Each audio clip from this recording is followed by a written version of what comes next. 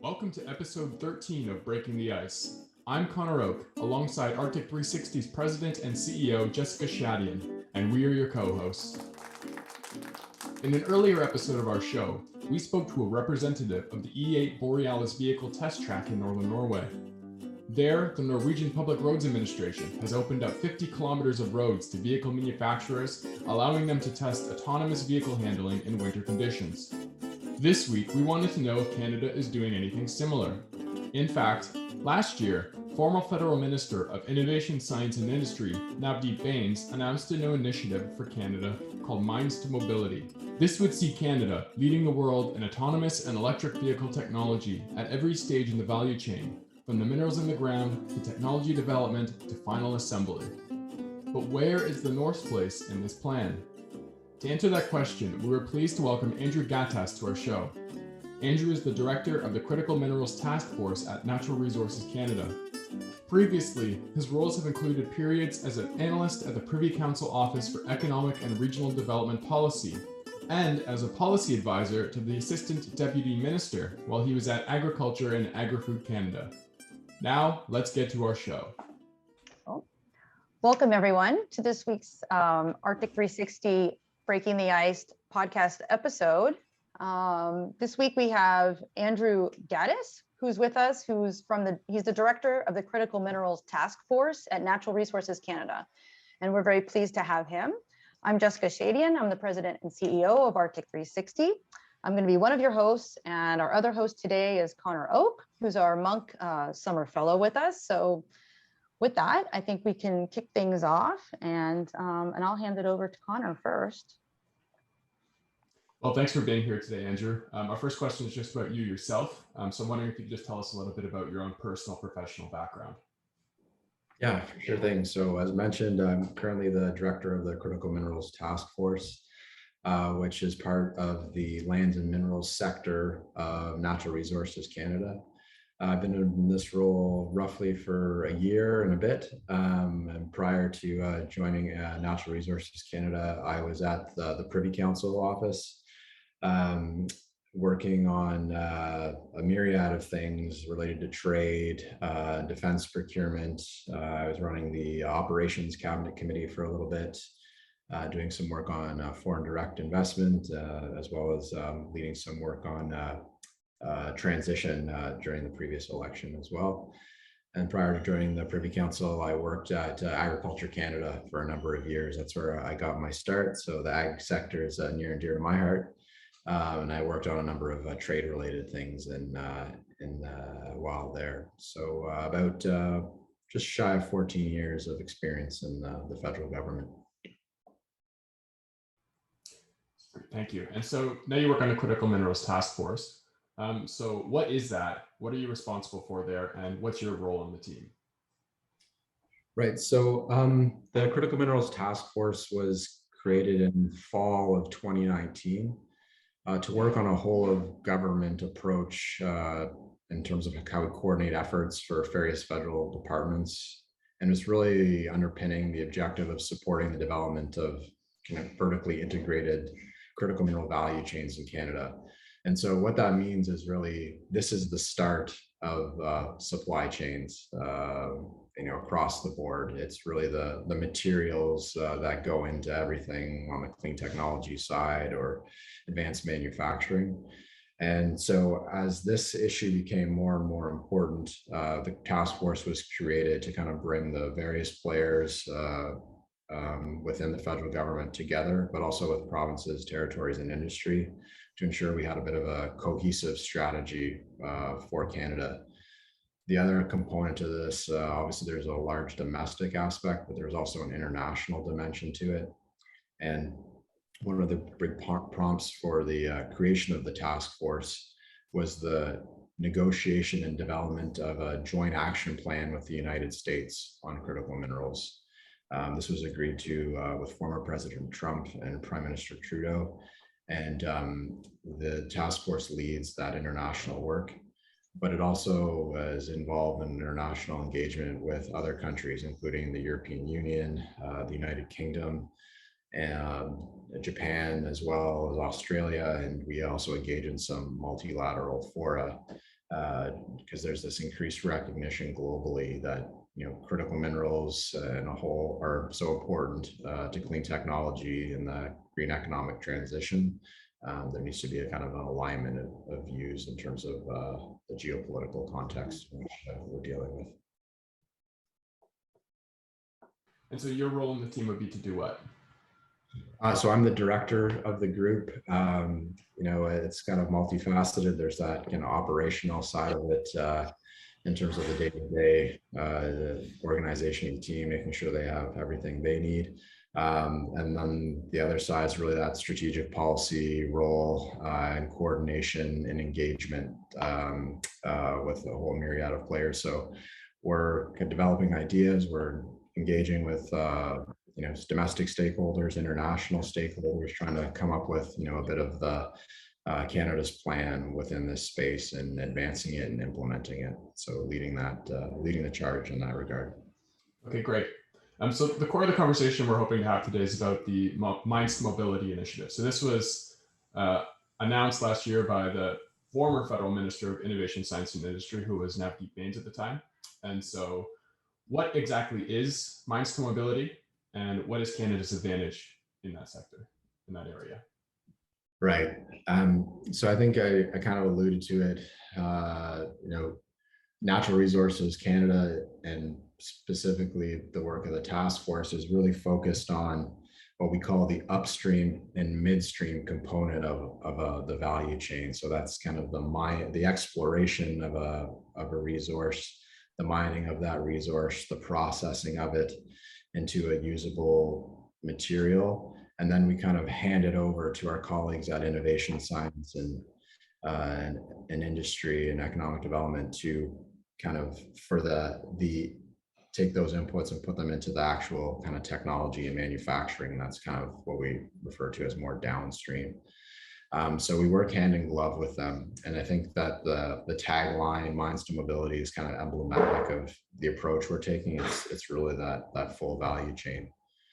So global momentum towards a clean energy future has really accelerated the deployment of sustainable energy technologies that minimize kind of greenhouse gases, that are reflective of kind of, better social practices in terms of natural resource development, as well as kind of the good governance components, all of that make up ESG. And so one of the fastest growing industries supporting this overall transition is the production of advanced batteries for electric vehicles, as well as stationary energy storage solutions. And this also kind of includes, traction motors. What do you need to support that? As well as the lightweighting of materials, because batteries these advanced batteries are quite heavy, and so you want to maximize efficiency. You need to think about ways of lightweighting parts, so maybe you need specialty alloys. So when it comes to the shift to the low carbon transition model, the Mines to Mobility approach is using two of Canada's main competitive advantages: our natural resources and the deposits and our processing capacity, as well as our advanced manufacturing skills to maximize them and make those connections along the chain. Underpinning all of that is also our leadership in innovation and on the science and R&D front, in terms of coming up with new processes and technologies to drive that work forward as well. So we're quite fortunate in that we're the only nation in the Western Hemisphere with an abundance of minerals and metals that are needed to go into these clean techs. So batteries is the prime example that always comes up. Canada has cobalt, graphite, lithium, and nickel. You need all of those things to make next generation electric batteries that, regardless of the projections that you see, will kind of dominate the market over the coming decade. And so that's obviously a key component, but there are also other opportunities at each stage of that chain that Canada has competitive opportunities on, and like you see in Ontario with auto manufacturing. So the overall objective for us is to fully unlock the minerals and metals potential to build the battery, the electric vehicle, and the overall supply chain to support that, and kind of fill the gaps along the chain as we try to get into that wider clean energy transition. And with respect to the North in particular, it's fully integrated in the mines to mobility approach, as it is home to most of the mines that have these resources. And before they can kind of move further south, maybe for further manufacturing, refinement, and ultimately in assembly. So we're seeing some of that connection point between regionally in terms of mines in the North feeding smelting and refining and manufacturing capacity a little farther south, both in Canada and potentially in the US as well. All right, thank you. Um, So could you, oh, sorry, go ahead, Jessica. go ahead.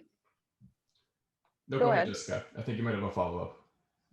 Well, just going to jump into kind of bouncing off the North, and you've kind of started our next question. That the North does have a lot of the rare earth minerals that that Canada would like to produce. So, and actually it's the first rare earth mineral mine that is now producing is the Cheetah Rare Earth Project, and it is in the North, in the Northwest Territories. And so what's interesting about it, it's not only in the North, but it's also Indigenous led. And so we have Deschancho Corporation. They're now like the first Indigenous contract miners to be mining on their own traditional territory. And so you've alluded to the fact that you like and you envision the North playing a role in the whole Mines to Mobility initiative. And maybe if you can explain a little bit further in more detail about how then you see them playing a role on the whole part of the supply chain with beyond extraction, and do we have any production like processing going on besides extraction and manufacturing, or where you envision the North to play and to go in this direction? Sure, yeah. So I think the Nachalacho project is it's fantastic because there's so many components to it that are exactly what we kind of want to strive to achieve within the critical mineral space and mining more broadly within Canada. So just a bit of context around rare earths, because this is obviously a key critical mineral and one that's reflective of a bit of the challenges associated with developing some of these supply chains in Canada, but also generally in the North. So Canada actually does have the 4th largest reserves of rare earth elements in the world, but this is the first site that it's actually going to mine them. The challenge around rare earths is that traditionally they're not economically concentrated, and so they're very difficult to extract and to pull a form out that we can use, because there's also multiple stages of processing required before you get those minerals into a state that it can be turned into a magnet, and then that magnet ultimately goes into a whole host of technologies, wind turbines, electric vehicles. I mean, those are just a few of the examples. So rare earths have average, I won't get into some of the science around it, but they're almost like commonly used in industrial metals such as nickel and zinc. But the difference is that in nature, rare earths do not exist as an individual native metal. And that's because of their reactivity. And so they instead occur together in numerous minerals and either minor or major constituents. So the Nachalacho Rare Earth Project is located at Thor Lake near Yellowknife. The property is rich in rare metal resources with the potential for economic recovery of what we call a heavy rare earth element. And those are really important for those permanent magnets, among other things. And so Cheetah had a great vision in terms of aiming to be the first Canadian commercial production and an exporter of mixed rare earth precipitate. This is at an earlier stage, so a pre-separation stage. Again, there's multiple steps along this to actually get into that usable product. And so they're concentrating the rare earth ore in the Northwest Territories and processing the concentrate in Saskatchewan through a partnership with the Saskatchewan Research Council. And so again, you're seeing a bit of that regional supply chain developing with this project being a bit of an example. And so you mentioned the other kind of intangible that's associated with is the Indigenous partnership. That the Canadian mining sector has actually been really good at in encouraging those types of collaborations. And I think we're just only going to start to see more of that, particularly in the north as projects start to come online. And so Cheetah had received, letters of support from local Indigenous groups in developing its project. I think that was key in its advancement. As you mentioned, the Denocho Nahani Construction Corporation, owned by the Yellowknife Dene First Nation, signed the agreement to run the mining operations on the project in their own traditional territory.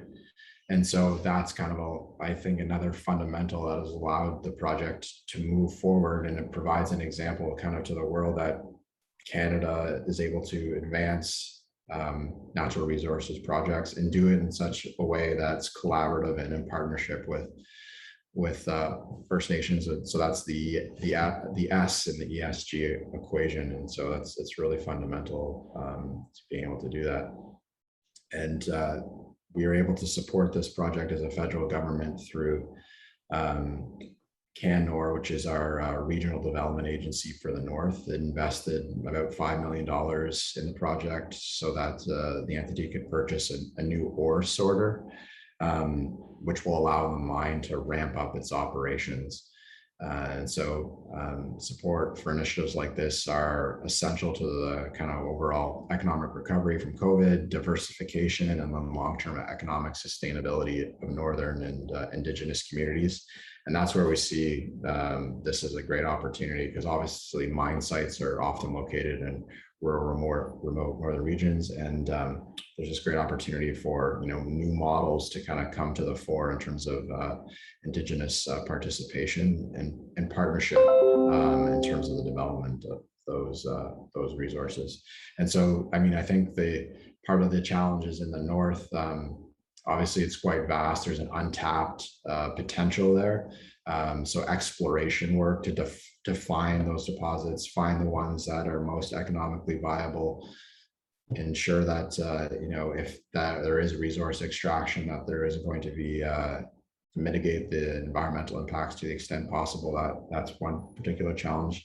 And there's obviously an infrastructure challenge as well, just in terms of road access or access to clean power, which can impact obviously the economics of the project, but also we want to make sure that we're trying to produce and source these minerals in the most environmentally friendly way and with the lowest carbon footprint. So there's kind of additional work to do to tap the full potential of the north in many respects.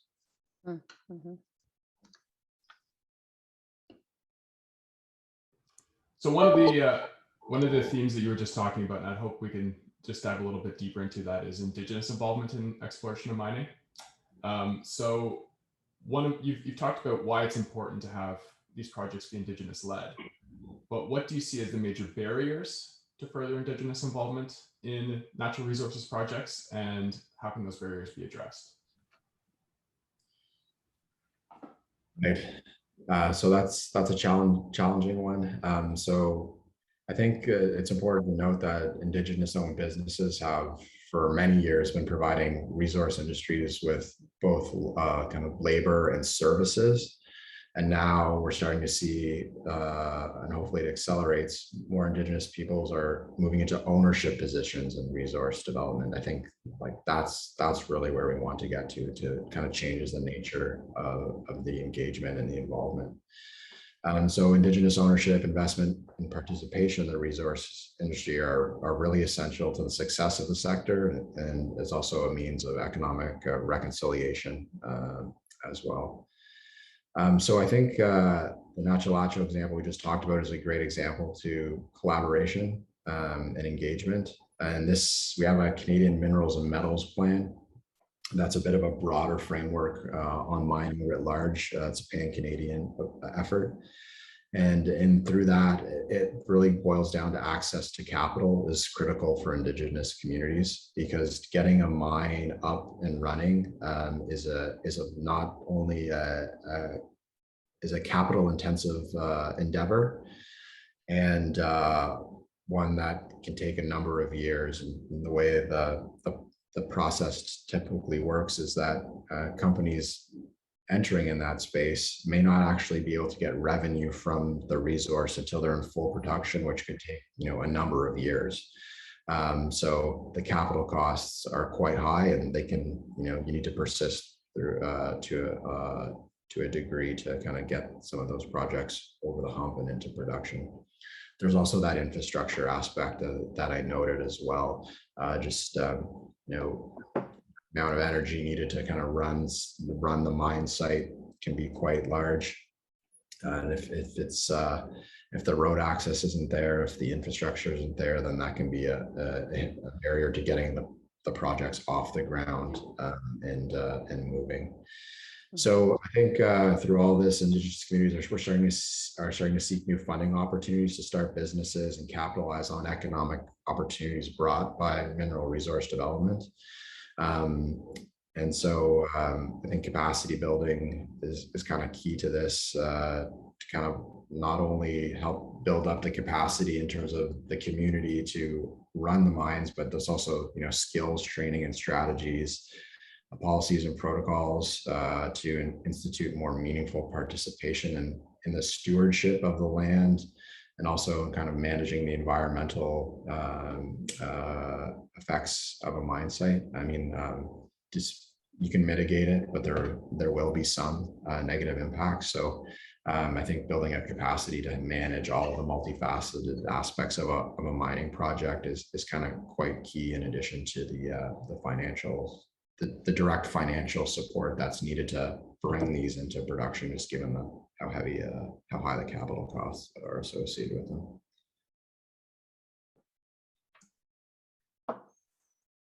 Returning to the rare earth project in the Northwest Territories. I thought one of the most interesting aspects of that project is the fact that they're using a new sorter technology, which is based around sensors, and that's able to eliminate mine tailings.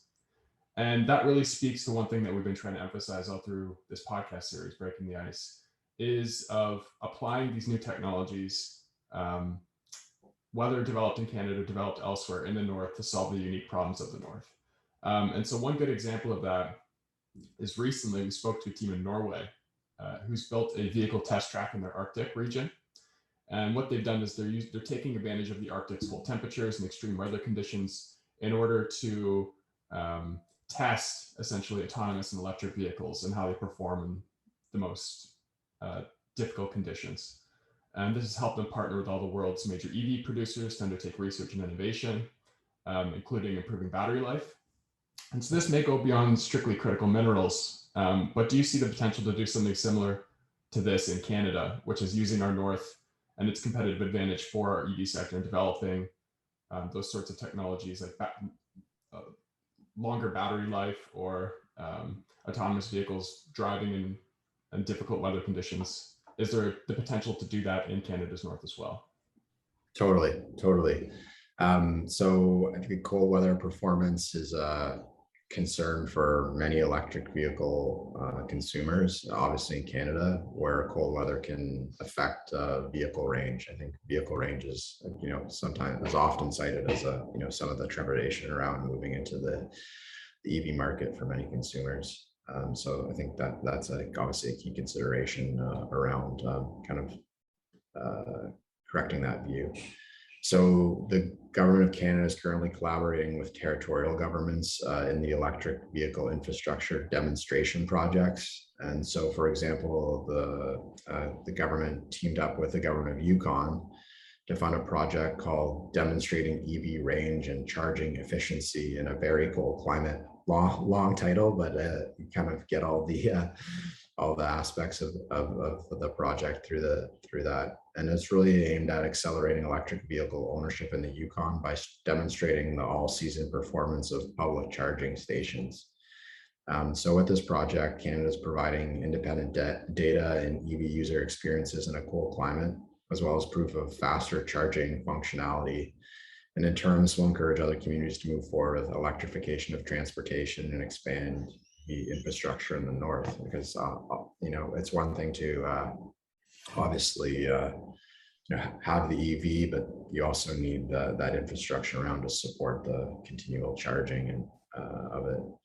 So the Canadian mining sector is also a leader in innovative EV applications. So in Ontario, the Borden Mine is of the Future Energy Innovations Project. It's demonstrating the technical and economic feasibility of 3 energy innovations in underground mining sector. So this is a full fleet of battery electric vehicles, fully automated ventilation on demand system in an underground mine without a surface compressor plant. All this to say is the most significant benefit of this project is the elimination of 1.6 million liters of diesel fuel per year. And this, in combination with reduced energy consumption for ventilation and heating, will result in a 70% reduction in GHG emissions over kind of the baseline of the operations. So you kind of take all of that together. You know, and it's not just kind of the EV components to it, the battery, it's also the mining side of it. And when you put it all together, you can kind of come up with solutions that reduce GHG overall, which is a benefit, and kind of show the innovation that's taking place within the sector, and it's kind of bleeding out into some different areas. There's also a lot of work going on what we call advanced batteries for energy storage.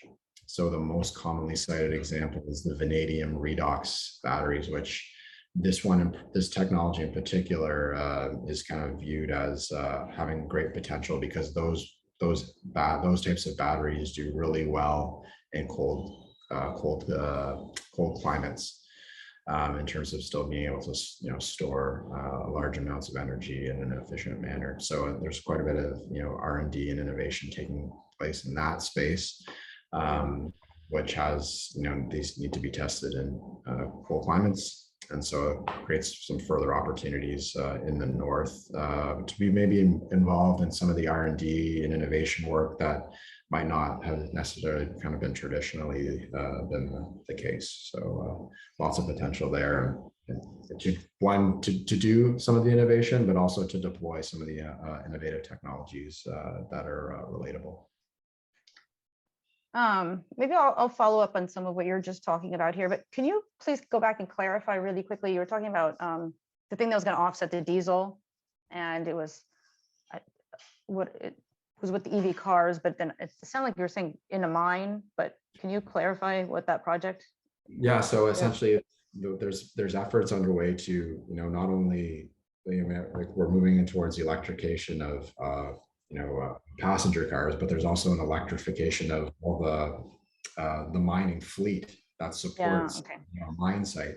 Mm-hmm. And so these are essentially a full fleet of battery electric vehicles, but catered to the mining sector, that would be deployed in this mine. That will significantly reduce diesel consumption. And a lot of the mine sites in the north in particular run on diesel because they're not connected to the grid. So as you kind of expand out the infrastructure, and then you find these other solutions, you can reduce the overall consumption of diesel overall and kind of green the mine in a different way. So there's that connection to EVs, but it's expanding it out and kind of the view into these other areas. It's still an electric vehicle. It's just kind of not the passenger version of it, but still another unique opportunity.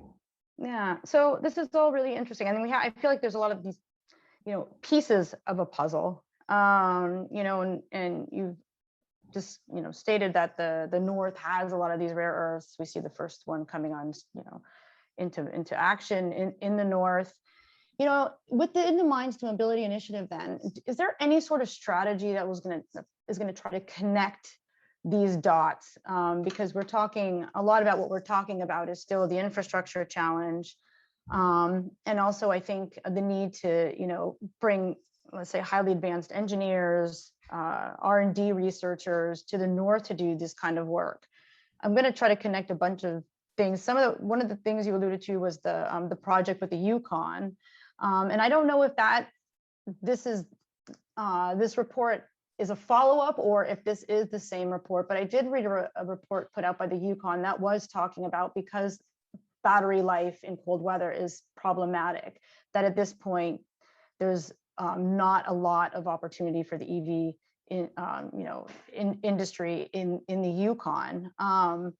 And so I'm thinking, and you're talking about there's, these kind of advanced batteries for storage. And this is an opportunity for research and development. And I'm just curious as to where this research is taking place and if it's something that there's an opportunity for in the North. And so, how do we basically then address the infrastructure gap?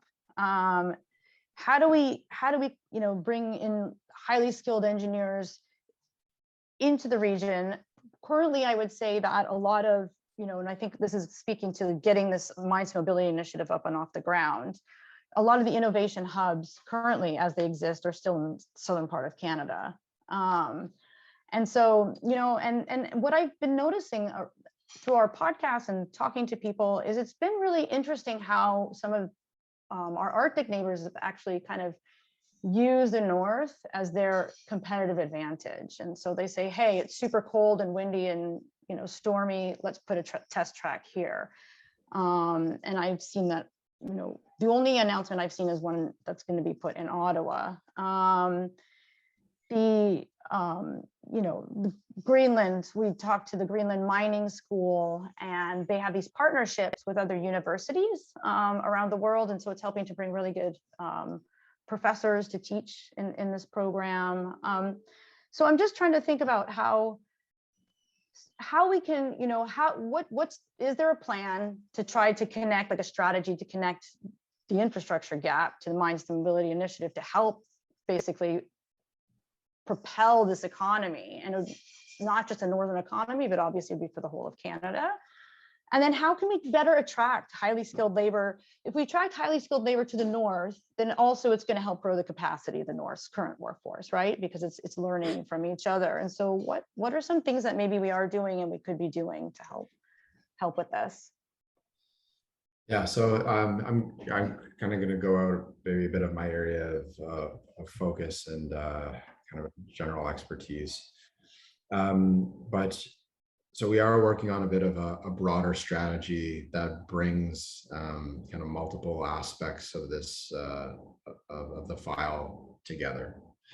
I think on critical minerals, and maybe it's similar for other sectors, but other commodities just in general, there's a whole host of challenges. I shouldn't say problems, but challenges to overcome. Whether it's kind of technological processes that you need given a specific ore type, infrastructure. There's the market dynamics because of supply concentration in certain countries that essentially can crowd out any new projects. So there's a lot of kind of things to work through. But we're working towards putting out a critical mineral strategy for Canada that articulates an approach that would address all the challenges along the chain. And so I think in thinking about that strategy and potential avenues, so exploration, for example, exploration is key for developing potential sites within the North. So more support needs to be provided in that regard. So we have the Geological Survey of Canada that's doing a lot of geoscience work across Canada, but with a particular focus in the North, in partnership with territorial governments. And so that provides one avenue to get build up the knowledge base and skill set and engineers, the geoscientists, the geologists be more active. Then that kind of also has spillover effects in terms of services that they require within the region. So that helps create a bit of an economy in its own. I think there's a really good recognition of the opportunity, and the infrastructure gap is large. It's not an easy one to correct overnight. But this is really well understood as a huge gap. So anything that we need to do in terms of developing projects needs to kind of take that as another facet into consideration. So maybe one site may be more economically viable because would be easier to connect it to a grid and then there might be spillover benefits for the community to access some of the infrastructure associated with that. And so I think there needs to be a little bit more of the kind of in consortium looking at the planning of specific projects. And I think the North is emblematic of how we need to approach that. And so that's another component in terms of a policy view that we're trying to incorporate into the strategy to make sure we're not missing, key aspects of it, because ultimately, if we're missing, one component, then the viability of these projects over the long term and the benefits back to communities won't be there unless they get off the ground. And I think as that development occurs, then you will hopefully start to see a bit more, spill over in terms of other opportunities, whether it's in the innovation space, whether it's the attraction of more skilled workers in some respects in terms of engineering and whatnot.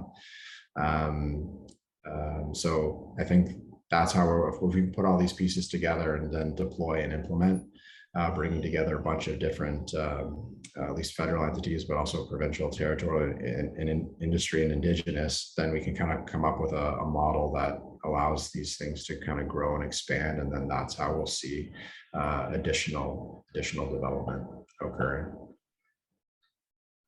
you think there might be, I don't know, could there be an opportunity, or could it make sense to have some sort of research center or research institute focused on kind of the whole EV space that is in the North to kind of help do some of these innovative, groundbreaking, research in this area? For sure, yeah. I mean, I think you brought up the points about cold weather are bang on, and just in terms of that's actually an advantage to test the durability, the efficiency, and there's definitely a whole range of possibilities to better employ kind of the unique conditions in Canada to drive some of that work, and then that'll have benefits obviously for northern communities if that's taking place. The EV side is a little bit out of scope for me. I mean, obviously a little bit more focused on the upstream and downstream, but in general terms, okay. I concur with you in terms of opportunities on that front. Yeah, and just thinking in terms of whether or not the North's full potential, right, for innovation in this whole space is being utilized. A lot of our conversation so far has been on how then we kind of connect the North to the rest of Canada through supply chains, et cetera, even infrastructure. But I want to maybe come back to one of your, in your initial conversation and discussion when you were talking about part of the reason that the Mines to Mobility Initiative and the task force was created was partly in regard to the Joint Action Task Force on Critical Minerals with the United States. And so, more from, I guess, let's say like a global international perspective, I'm wondering if you can address a few things. One is, so because part of this then is how do we then connect the whole EV supply chain to the rest of the world, to connect Canada's EV supply chain then to the rest of the world. And so one question is, do you see then this Joint Action Task Force then, where then the United States is, rather than competition, is a collaborator in this space? And I'm thinking also then taking that further, the United States is also an Arctic neighbor of ours, and Greenland in the North American Arctic is also another Arctic neighbor, just in our own Arctic region. And we know that Greenland has an abundance of rare earth minerals. And I'm wondering if there might be in Canada trying to export its expertise and its competitive advantage, if there might be something to be said about having this Arctic region where we've got Canada trying to also export their rare earths.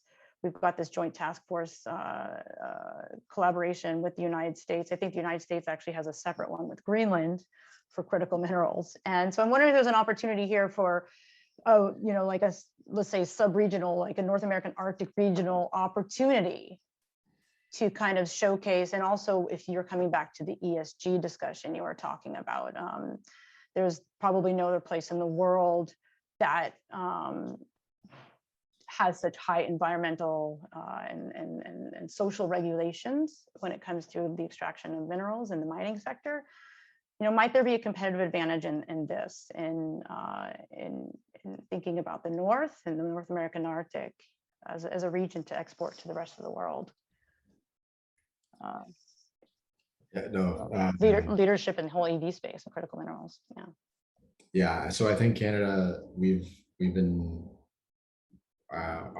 my former associate deputy minister who was leading this file for a while. He always used to say that Canada is a mining nation. We've been doing this for a long time, and we actually have quite a bit of prowess in doing it the right way.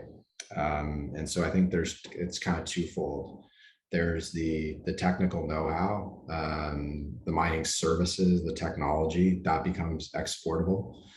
So one of the cool things that's taking place in the sector is looking at abandoned mine sites or mine tailings, and finding the critical minerals that are needed for this new economy, and pulling them out there. And so that's really the resource is already there. It's about deploying technology.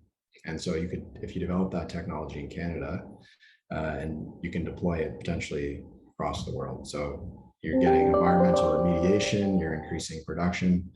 So those are all benefits, and that becomes an exportable product for Canada. On the ESG front, you're right. We do have a higher standard regulatory process, and I think that's fundamental. And what's actually happening is the Mining Association of Canada developed a towards sustainable mining framework that other countries are now starting to adopt, because it raises the bar in terms of how you undertake a project, and ensure that it's done in a way that's environmentally friendly, socially responsible, and good governance. So other countries are starting to deploy that. Even countries that have been heavily involved in mining for a long time, like Australia, well, they've adopted the Canadian standard.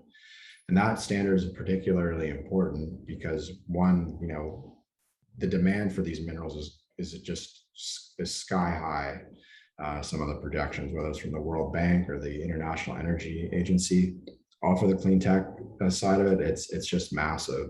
And so if we are going to have to increase the supply, we want to make sure that it's being done in the right way, and we have the standards to share with others. So I think there's some opportunity there, with Greenland in particular.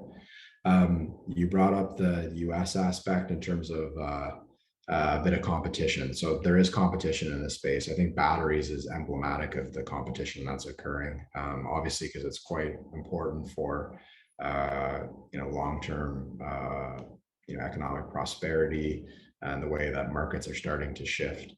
But there is still a lot of opportunity to do things in partnership. We have an integrated market with the US, and that's reflected in the action plan. And so really we're trying to take the action plan into a new phase with the US, where we're doing more in partnership, because we have a lot of the same challenges and the same view on where we want to go. So that's kind of doing things like joint research. Is there an opportunity to do more research together on batteries that improves the overall efficiency, that maybe reduces the need for a certain mineral or metal that may be not as abundant relative to something else? If you find a solution of something that's more on the chemistry side, that is more accessible or easier to access, and so you're kind of all the better for it. Same thing on that mining value from waste example. There's some interesting work looking at coal. It's called coal fly ash. So it's kind of this leftover deposit. Well, rare earth elements are in that coal fly ash. Can you find a way to extract the rare earths from that may not be as having this negative environmental impact as if you started a brand new mine site from scratch? And so there's these opportunities for collaboration that meet mutual benefit. One other thing we're considering with the US is how do we ensure a framework, whether it's traceability, so across from the start to the finished product, in terms of demonstrating those good ESG practices and low carbon intensity, that we can then, use as a branding and premium. But we need to do that in tandem with our partners, particularly the US, because the market is so integrated, particularly in something like in autos. So there's great opportunity there. And because of Canada's longstanding position in this, we have this opportunity to be kind of a leader in that on multiple tracks and kind of lead the conversation on best practices and where we should go collectively, kind of for mutual benefit at the end of the day. And the Arctic is increasingly entering into some of these conversations. I think, as I noted a few times, the kind of the geopolitical considerations around this are always top of mind.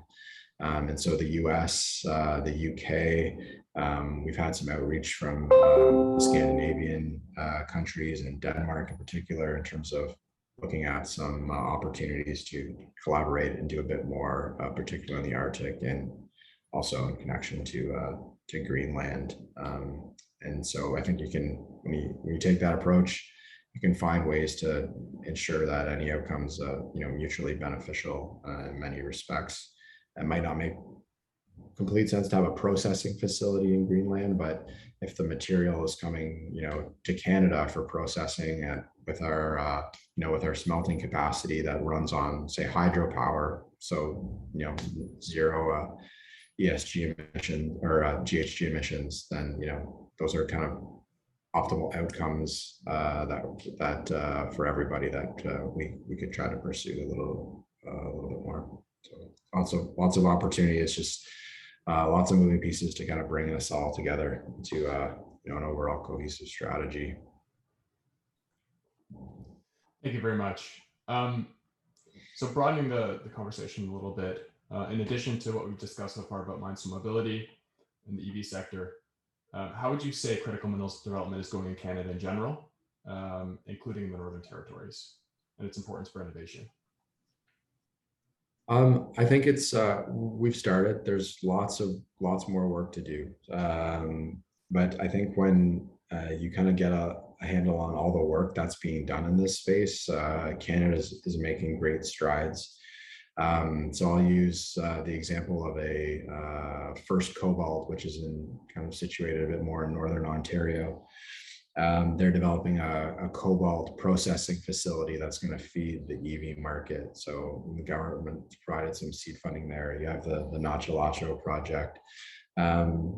There's a number of projects happening kind of in Quebec that are starting to develop.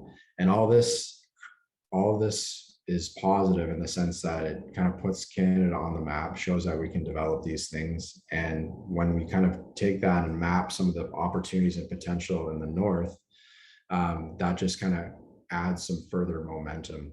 And so now it's really about kind of making sure that we have a cohesive approach that kind of addresses all the particular challenges associated with some of the overall project development, getting that in place, and then we'll be able to take another leap forward in terms of moving into greater production, which will then have all those benefits in terms of regional economic development, particularly in those northern, remote and Indigenous communities. So we're making strides. I think there'll be more positive announcements in the near future, but there's still kind of a ton of work to do.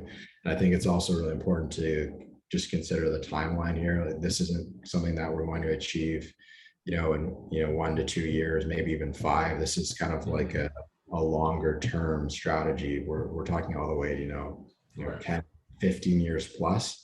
But we need to kind of continue the momentum and continue to grow it, because it won't happen overnight. These are large scale industrial projects that need to be done the right way, and so that will take time. So I'm just looking at the clock, and I'm conscious of your time here. So I just wanted to ask you one final question. Basically, is there anything else you think our audience should know about mines to mobility or the critical minerals development in Canada that we haven't mentioned thus far in the conversation? I'm trying to think of anything that comes to mind. I think one thing I might have forgotten was that we have a critical minerals list. So that's a critical mineral list for Canada. I can't remember if I noted it, but it has 31 minerals on it. It was announced by Minister O'Regan at the Prospectors and Developers Association conference in the spring. That list was put together in consultations with provinces and territories, and kind of reflects, the unique deposits that may exist in different parts of the country. And so that's kind of that was a key piece for us in terms of demonstrating to others that this is what Canada has. This is what's important to us in terms of development. And that kind of encourages, investment both domestically, but also internationally, just given the capital needs of this are quite high. And so I think that's one thing I just wanted to mention. And coming out of that, we're really trying to, zero in on the supply chains of greatest need for Canada, where Canada has specific opportunities. So that's EVs, including the batteries, including the traction motors, including those parts. It's semiconductors, which are important for EVs right now, particularly given some of the supply constraints there that are having impact on the auto sector. Well, we have all the materials in Canada that you need to make those semiconductors. And it's also things like small modular reactors, it's wind turbines, all the materials you need for those. That if we can kind of build those supply chains in Canada, they'll have a whole range of benefits across the board. So the strategy is still coming together, but I wanted to add those kind of two components, the list and some of the areas where we're kind of zeroing in and focusing a bit more to kind of build up the upstream and midstream capacity to be the material suppliers and connect those supply chains. Well, great, Andrew. We just want to thank you again for taking the time to speak to us today. This was a really interesting conversation. Oh no, my pleasure. Anytime, and happy for any follow-ups in the future if you need them. For sure. Jessica, do you have any final comments or anything? No, I just want to thank you very much, Andrew, for coming. Is there maybe one question? I know we have the initiative that's been announced, and will the strategy then be expanded upon? Will there be a specific document that it'd be possible to refer to, or that Canada will use to talk to other countries about this is our initiative and our strategy? So we're not at a point yet where we have like a public-facing document. That's what we're working towards. We have to go through some internal processes to get the right supports and blessings, if you will.